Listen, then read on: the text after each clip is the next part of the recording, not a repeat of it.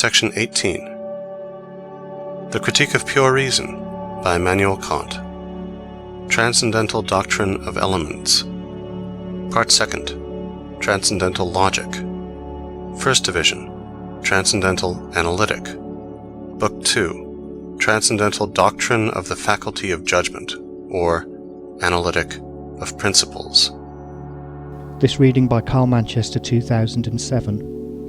Of the equivocal nature or amphiboly of the conceptions of reflection from the confusion of the transcendental with the empirical use of the understanding. Reflection, reflexio, is not occupied about objects themselves for the purpose of directly obtaining conceptions of them, but is that state of the mind in which we set ourselves to discover the subjective conditions under which we obtain conceptions. It is the consciousness of the relation of given representations to the different sources or faculties of cognition, by which alone their relation to each other can be rightly determined. The first question which occurs in considering our representations is to what faculty of cognition do they belong? To the understanding or to the senses? Many judgments are admitted to be true from mere habit or inclination, but because reflection neither precedes nor follows, it is held to be a judgment that has its origins in the understanding. All judgments do not require examination, that is, investigation into the grounds of their truth. For, when they are immediately certain, for example, between 2 points there can be only one straight line, no better or less mediate test of their truth can be found than that which they themselves contain and express. But all judgment, nay, all comparisons, require reflection, that is, a distinction of the faculty of cognition to which the given conceptions belong. The act whereby I compare my representations with the faculty of cognition which originates them, and whereby I distinguish whether they are compared with each other as belonging to the pure understanding or to sensuous intuition, I term transcendental reflection. Now, the relations in which conceptions can stand to each other are those of identity and difference, agreement and opposition of the internal and external, finally of the determinable and the determining, matter and form. The proper determination of these relations rests on the question to what faculty of cognition they subjectively belong, whether to sensibility or understanding. For on the manner in which we solve this question depends the manner in which we must cogitate these relations. Before constructing any objective judgment, we compare the conceptions that are to be placed in the judgment, and observe whether there exists identity of many representations in one conception if a general judgment is to be constructed, or difference if a particular, whether there is agreement when affirmative and opposition when negative judgments are to be constructed, and so on. For this reason, we ought to call these conceptions conceptions of comparison, conceptus comparationis, but as when the question is not to the logical form, but as to the content of conceptions, that is to say whether the things themselves are identical or different, in agreement or opposition, and so on, the things can have a twofold relation to our faculty of cognition, to wit, a relation either to sensibility or to the understanding, and as on this relation depends their relation to each other. Transcendental reflection, that is, the relation of given representations to one or the other faculty of cognition, can alone determine this latter relation. Thus we shall not be able to discover whether the things are identical or different, in agreement or opposition, etc., from the mere conception of things by means of comparison, comparatio, but only by distinguishing the mode of cognition to which they belong, in other words, by means of transcendental reflection.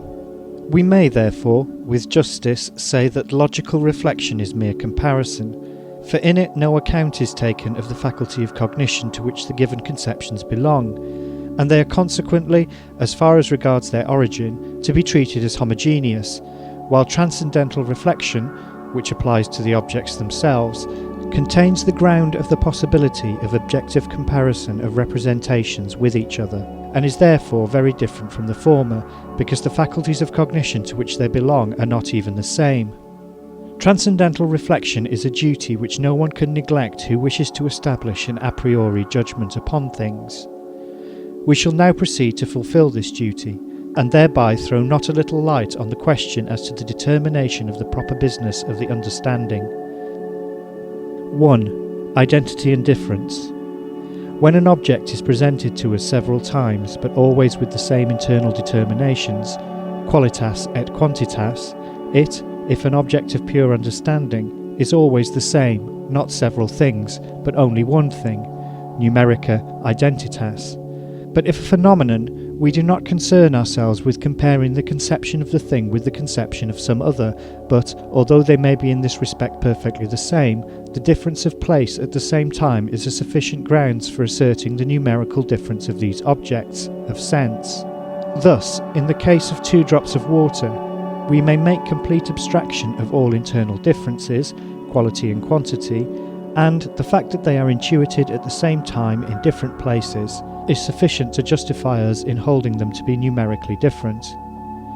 Leibniz regarded phenomena as things in themselves, consequently as intelligibilia, that is, objects of pure understanding, although on account of the confused nature of their representations, he gave them the name of phenomena. And in this case his principle of the indiscernible, principium identitas indiscernibilum, is not to be impugned.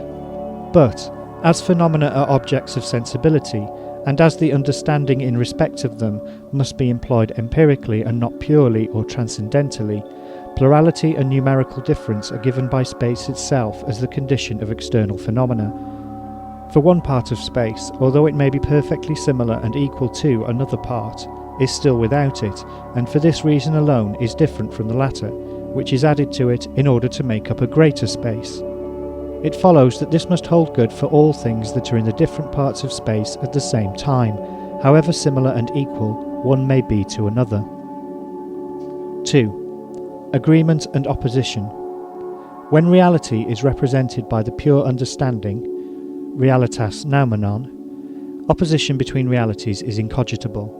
Such a relation, that is, that when the realities are connected in one subject, they annihilate the effects of each other and may be represented in the formula 3 minus 3 equals 0.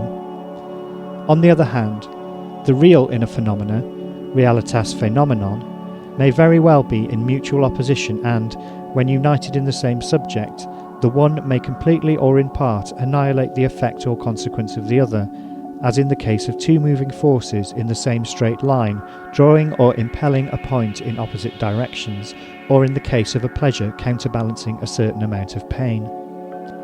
3. The internal and external. In an object of the pure understanding, only that is internal which has no relation, as regards its existence, to anything different from itself. On the other hand, the internal determination of a substantia phenomenon in space are nothing but relations, and it is itself nothing more than a complex of mere relations. Substance in space we are cognizant of only through forces operative in it, either drawing others towards itself, attraction, or preventing others from forcing into itself, repulsion and impenetrability. We know no other properties that make up the conception of substance phenomenal in space, and which we term matter. On the other hand, as an object of the pure understanding, every substance must have an internal determination and forces. But what other internal attributes of such an object can I think than those which my internal sense presents to me? That, to wit, which is either itself thought or something analogous to it. Hence Leibniz, who looked upon things as noumena, after denying them everything like external relation and therefore also composition and combination, declared that all substances, even the component parts of matter, were simple substances with powers of representation, in one word, monads. 4. Matter and form. These 2 conceptions lie at the foundation of all other reflection, so inseparably are they connected with every mode of exercising the understanding. The former denotes the determinable in general, the second its determination, both in a transcendental sense, abstraction being made of every difference in that which is given, and of the mode in which it is determined. Logicians formerly termed the universal matter, the specific difference of this or that part of the universal form. In a judgment, one may call the given conceptions logical matter for the judgment, the relation of those to each other, by means of the copula, the form of the judgment. In an object, the composite parts thereof, essentialia, are the matter, the mode in which they are connected in the object, the form.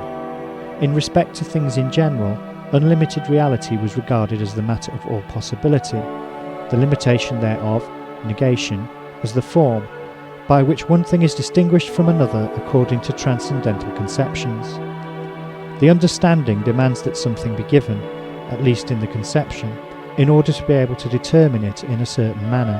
Hence, in a conception of the pure understanding, the matter precedes the form, and for this reason, Leibniz first assumed the existence of things, monads, and of an internal power of representation in them, in order to found upon this their external relation and the community of their state, that is, of their representations. Hence, with him, space and time were possible, the former through relation of substances, the latter through the connection of their determinations with each other as causes and effects. And so would it really be if the pure understanding were capable of an immediate application to objects, and if space and time were determinations of things in themselves.